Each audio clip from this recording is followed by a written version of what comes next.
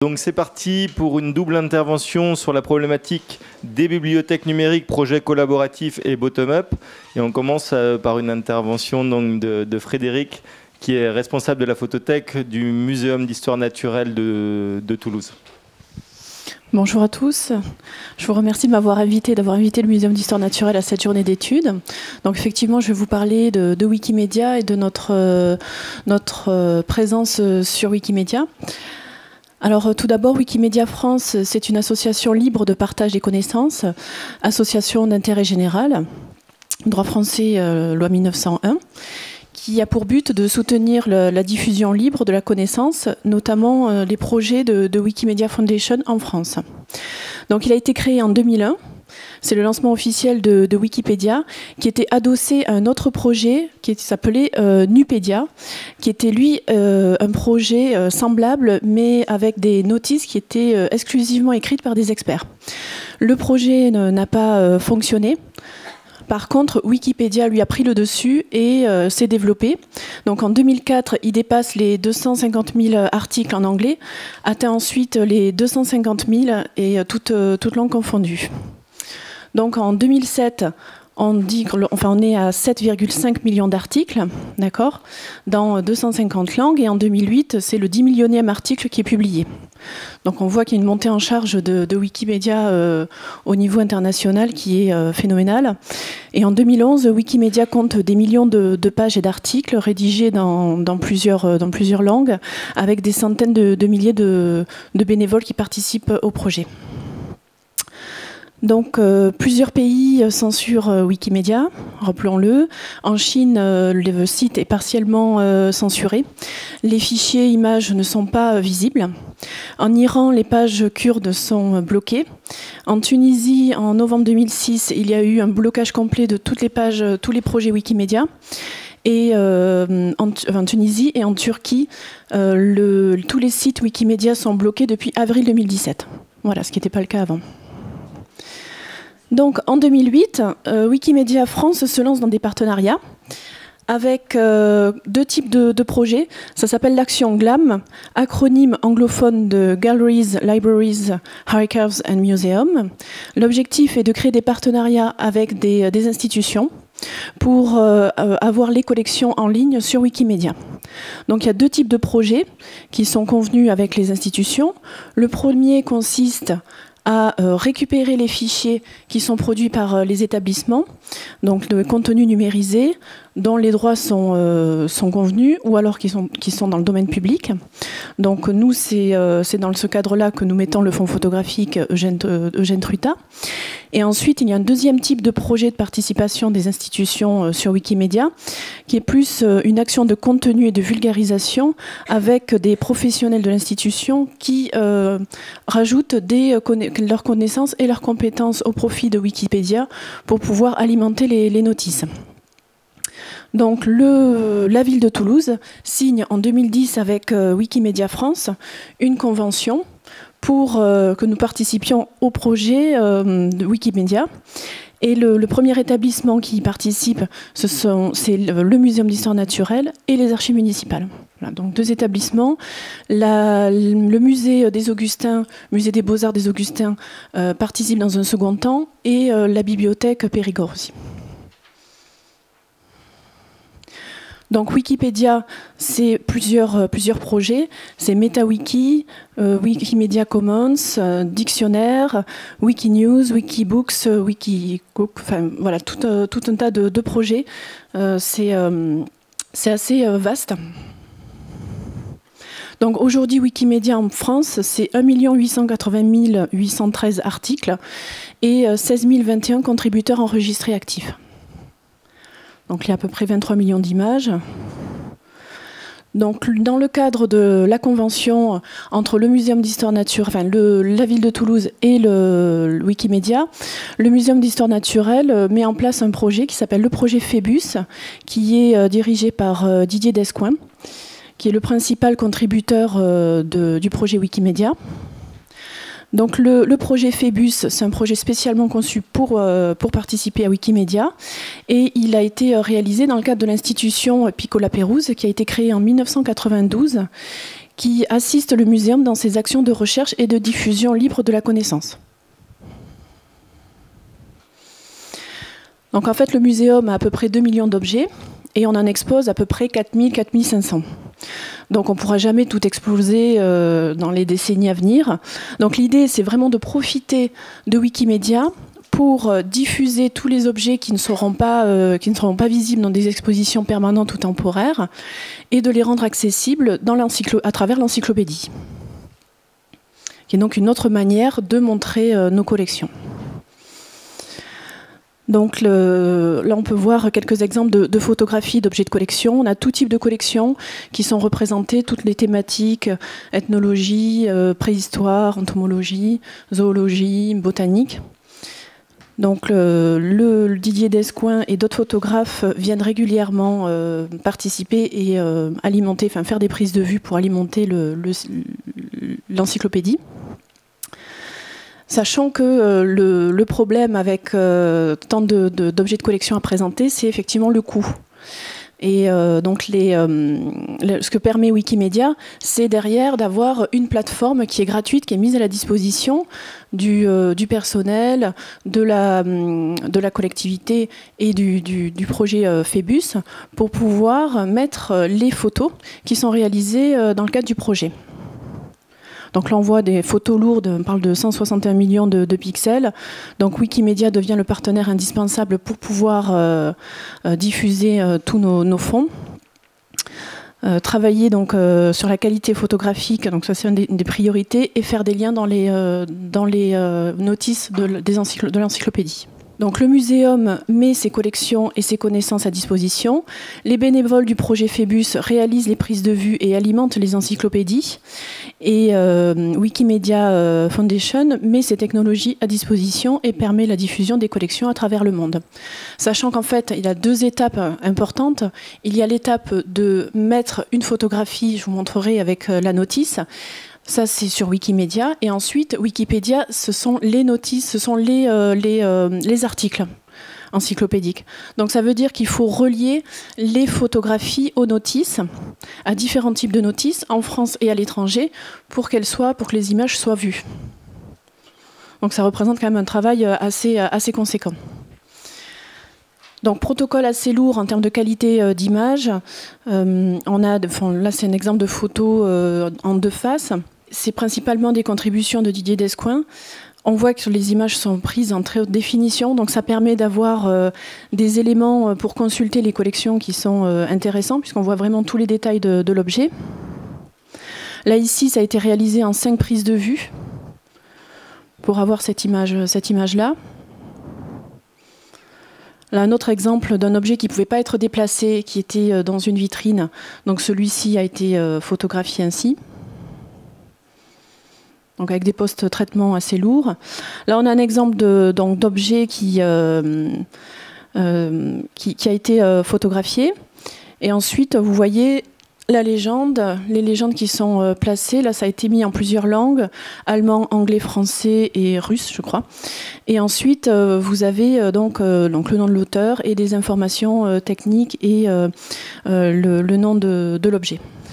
Bon, les notices sont assez simples, ce ne sont pas des notices documentaires. C'est encore autre chose. On a les notices documentaires des objets. Là, l'idée, c'est vraiment de montrer les photographies, les objets à travers les photographies.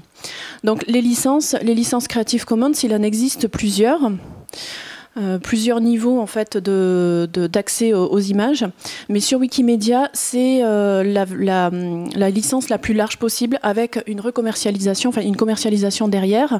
La seule exigence, qui est l'exigence normale, c'est le respect du droit moral. Donc on demande qu'il y ait marqué le nom du photographe bien sûr, et le fait que l'objet appartienne au muséum. Donc là, c'est les pays, c'est les légendes dans lesquelles on retrouve les objets de collection. Alors pas tous les objets, hein, bien sûr, mais certains, petit à petit, on avance et les Wikipédiens récupèrent les notices et les traduisent dans leur langue et les diffusent dans leurs encyclopédies. Les réutilisations, elles sont multiples. On a des gens qui ont l'habitude d'utiliser les photographies pour des publications, notamment botaniques, qui vont directement les utiliser. On a encore des gens qui viennent quand même vers nous, des éditeurs qui veulent absolument qu'on signe des documents pour nous dire est-ce que c'est sûr, on peut les utiliser. Oui, oui, vous pouvez les utiliser, elles sont accessibles en haute définition.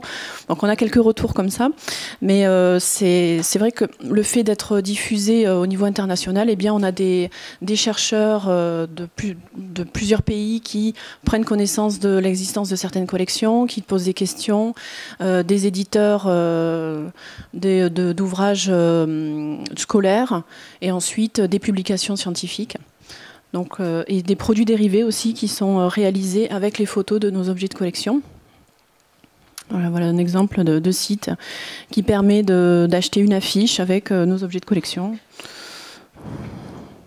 Donc là, la petite top que vous avez vue tout à l'heure, eh bien, elle a été 7 heures plus tard diffusée dans un article en Pologne. Donc, avec bon là, donc on peut pas maîtriser. Enfin, on a un retour parce que c'est sur le site internet de la télévision en question. Mais voilà. Après, dès que c'est envoyé sur le net, c'est très rapidement utilisé et diffusé. Donc, dans les publications scientifiques, notamment, on a eu des collections qui ont été publiées dans American Scientific, l'Encyclopædia Britannica, National Geographic et Nature. Voilà un exemple, American Scientific qui a publié ce burin en 750 000 exemplaires en avril 2013. Encyclopædia Britannica qui a repris nos photographies. Une publication qui est spécialisée en ornithologie qui a repris une photographie. Voilà. Ensuite, les collections de botanique. On a 2 photographes supplémentaires qui se sont joints à Didier Descoings en 2015 pour photographier les collections de botanique, Roger Ducot et Jean-Pierre Chéreau, qui participent aussi activement. Et ces images sont assez largement reprises dans des publications françaises. Acquisition de la collection Jean Robinet. Les préparations Beauchesne aussi qui ont été photographiées à la Beauchesne qui permettent, pareil, en haute définition, on peut avoir vraiment un niveau de détail important. Les collections, les expositions temporaires, là ici c'est Canel, l'ours des Pyrénées. Donc en 2016, sur les 2 millions d'objets, nous avons 4 917 photographies qui sont disponibles sur Wikipédia. Ça représente 207 768 pages d'encyclopédies qui sont renseignées avec nos photographies, 401 projets. Et en mars 2017, on était à 23 252 236 vues. Là, par exemple, sur 2016, si je prends les photographies du Fonds Truta qui ont été mises au mois d'août, au mois de novembre, on était à plus de 28 000 consultations, plus de 18 000. Canal du Midi, 27 690, sachant qu'il y avait beaucoup de communication qui a été faite sur le Canal du Midi par rapport au projet UNESCO et le fait que ce soit français. Donc ça apparaît du coup à travers les consultations sur Wikimedia. Le Fonds Truta, c'est 15 000 photographies au muséum et pour l'instant on n'a mis que 4 082 photos, mais c'est quand même très long à faire si on veut les documenter. Et comme je le disais, il y a le travail de mise en ligne des photos et ensuite les liens dans l'encyclopédie. C'est ce qui fait la plus-value de mettre des photos sur Wikimedia. Une photo qui est simplement mise sur Wikimedia, elle est un peu vue, enfin elle est assez vue, mais le fait de la positionner dans des articles français et étrangers, c'est ce qui fait la plus-value et qui fait que le muséum et ses collections sont vues.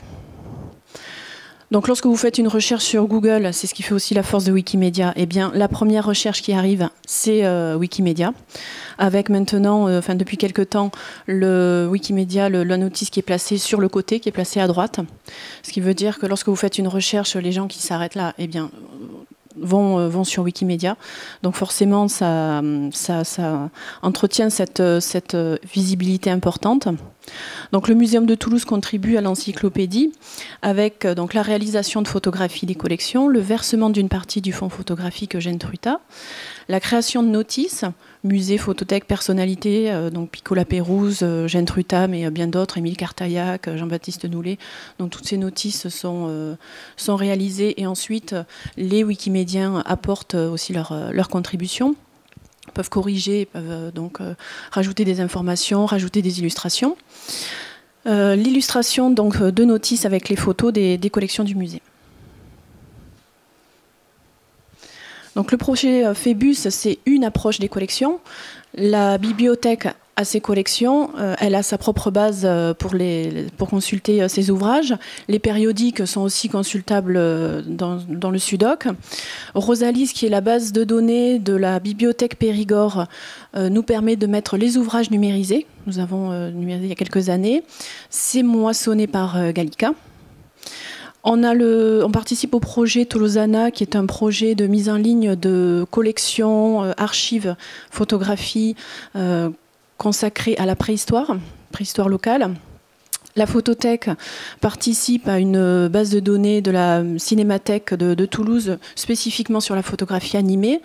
On a en projet de participer à une autre base qui est Million Pictures, un projet européen consacré uniquement aux plaques de projection, puisque nous avons plus de 3000 plaques de projection, puisque Gentruita utilisait beaucoup la photographie pour ses conférences. Il donnait des plaques de projection aux écoles toulousaines. Voilà. Et ensuite, donc, les collections du musée, elles sont donc présentes à travers Tolosana, 2000 ans, 2000 images, qui est un projet toulousain, et on travaille sur des projets de versement dans Joconde et d'autres bases. Et pour la photothèque, il faut que je vois aussi pour participer, mais de manière non exhaustive, au portail Arago. Donc voilà, nous avons Wikimedia d'un côté, qui est une vitrine et qui est un projet de consultation des collections, avec des notices encyclopédiques. Et nous avons nos catalogues, et il va falloir encore beaucoup travailler pour avoir toutes nos collections, photos, bibliothèques et collections naturalistes sur les bases documentaires. Donc pour la mise en ligne des photos sur Wikimedia, donc c'est assez simple. En fait, une fois que vous avez créé votre compte, vous accédez à la page de Wikimedia pour importer vos photos. Vous avez un didacticiel, une vidéo qui présente tout ça. Donc vous avez un système d'importation avec toutes les étapes qui sont mentionnées. Vous importez vos photographies. Vous avez vos fichiers qui apparaissent. Donc vous triez, vous avez des doublons ou autres, vous pouvez décider de les supprimer ou de les conserver. On vérifie que l'institution, enfin la personne qui met les images a bien les droits sur les photographies. Et ensuite, vous renseignez les notices. Donc nous avons des données qui sont au format IPTC, c'est-à-dire que c'est des données qui sont encapsulées dans les photographies. Donc elles sont reprises par le système, donc on complète, on corrige en ligne. Voilà, donc là encore, vous avez des champs à compléter.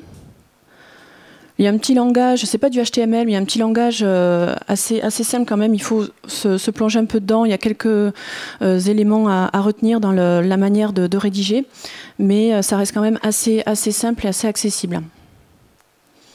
Et il y a des didacticiels, vous avez une équipe d'accueil sur Wikimedia qui vous aide pour pouvoir respecter les normes de présentation, les normes d'édition. Donc ils n'hésitent pas à vous donner des conseils pour pouvoir mettre en ligne vos fonds photographiques, enfin, vos images et vos notices. Voilà, j'ai fini. Oui.